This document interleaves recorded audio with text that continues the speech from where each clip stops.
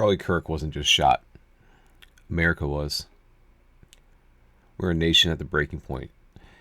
I didn't want to talk about this. I didn't want to believe this is where we are, but after today, denial is no longer an option. Charlie Kirk is dead, shot down while speaking to young Americans on a college campus. Not in a war zone, not storming some battlefield. He's doing what he always did, challenging lies, exposing rot, encouraging students to think for themselves. And for that, he was assassinated. Charlie Kirk tried to be the moderate. He played the role of the nice guy in politics. He believed the way forward was through intelligent discussion, debate, and respectful discourse.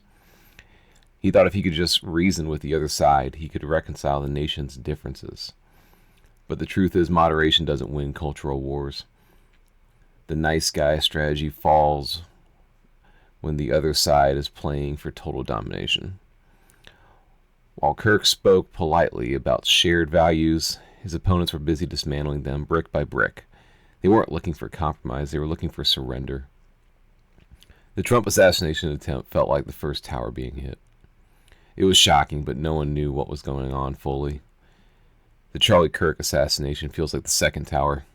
Clarity, anger, and the realization that we're under attack. This is the line, the moment when we either wake up or get wiped out.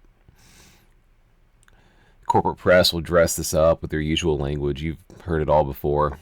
They'll say it was an isolated incident, a lone gunman, a tragic act. Anything to keep you from connecting the dots. Anything to protect the narrative that only conservatives are dangerous. Only the right is radical. Only one side of the spectrum is capable of violence. But this wasn't random.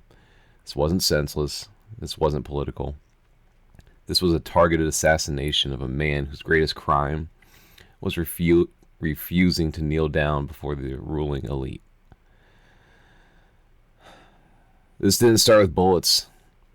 It started with bans, suspensions, and blacklists. When Silicon Valley decided it could erase a sitting president from the digital public square, the signal was clear that dissent is not allowed. When millions of Americans were censored for questioning lockdowns, masks, and vaccines, or elections, the lesson was obvious. You could comply or be silenced. Speech was rebranded as violence, ideas became threats, and when you convince a generation that words are violence, don't be surprised when they eventually pick up a real weapon. Make no mistake, the media is complicit here. They spent years demonizing conservatives with labels to dehumanize, deplorable, racist, Nazi. That isn't debate. It's othering. It's the same psychological trick used in every major conflict when a group wants to justify mistreating another. History shows us where this leads.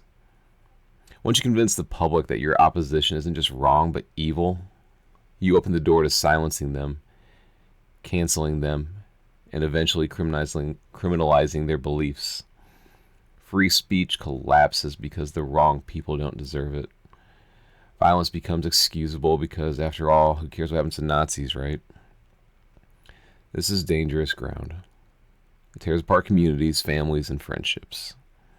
It destroys the possibility of civil discourse because one side is no longer viewed as human. Once people are othered, they can be pushed out of society altogether.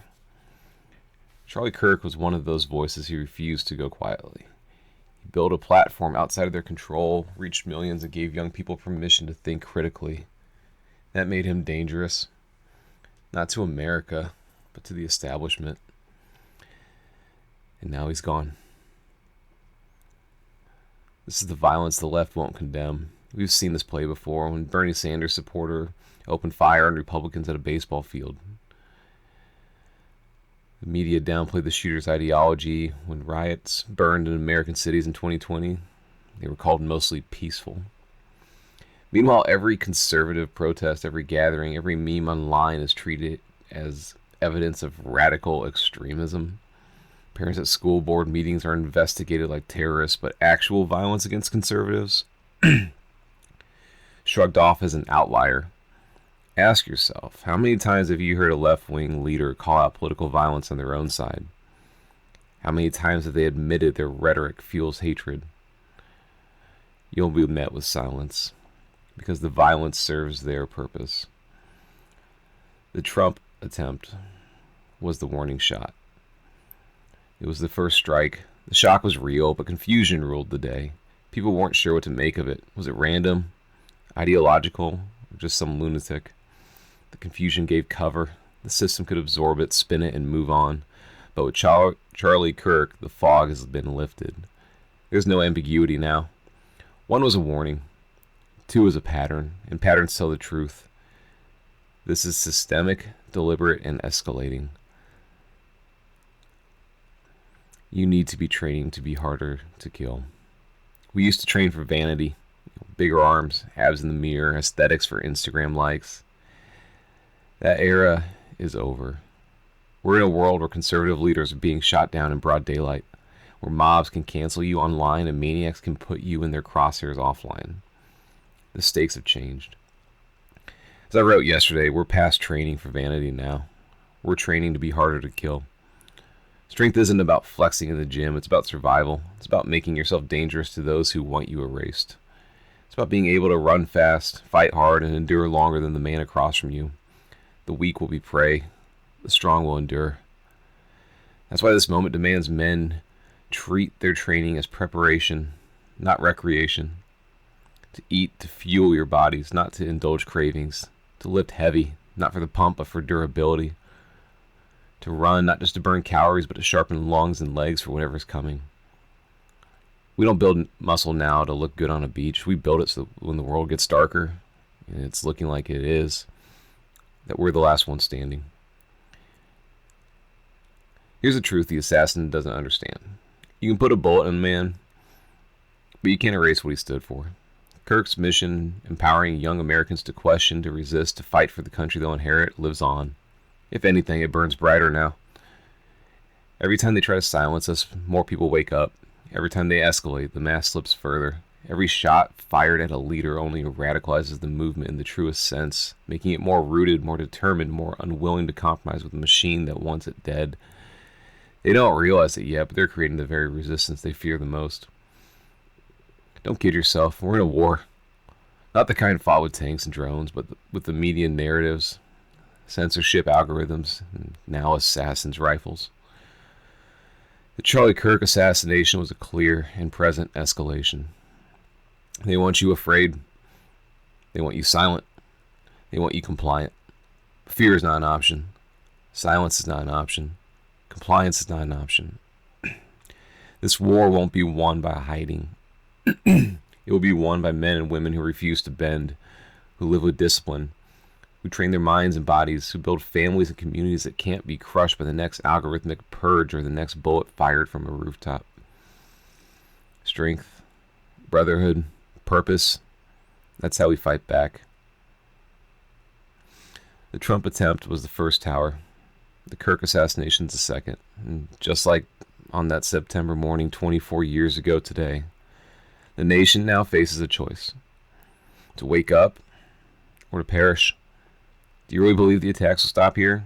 Do you believe the machine will be satisfied once Kirk is gone? Or do you understand the pattern that anyone who dares to stand up will eventually find themselves in the crosshairs? The towers have been hit, the smoke is rising, and the enemy is no longer hiding. I never wanted to care about politics. I cared about building myself, my family, my mission, but politics has a way of caring about you. And when bullets fly at the leaders of your movement, you don't get to sit on the sidelines anymore. This isn't a wake-up call, it's a shot across the bow. You don't have to agree with everything Charlie Kirk said to understand what his murder means. It means the rules of the game have changed. It means that in America, speaking out against the establishment can now cost you your life. So the question is simple. What will you do? Will you retreat? Will you hide? Will you pretend neutrality keeps you safe? Or will you step up? Will you strengthen yourself, your family, and your tribe? Will you take responsibility for being unsilenceable, uncancelable, and unafraid? These weak people showed their true colors in the response to this assassination. They show their true colors in the reaction on the murder of Irina Zarutska. They show their true colors during COVID when they wanted to put you in camps and fire you from your jobs, and they wanted you dead simply for not taking an experimental vaccine or wearing a mask. They want you dead. Listen to Charlie Kirk's words. Get married, have kids, and stop partying into oblivion. Leave a legacy. Be courageous. That's the blueprint. Not endless nights chasing emptiness, building something that lasts, a family, a legacy, a life worth remembering. If there's one way to honor his message, it's by living it. Step into courage, take responsibility, build the future. That's what Charlie wanted, and it's what the world desperately needs.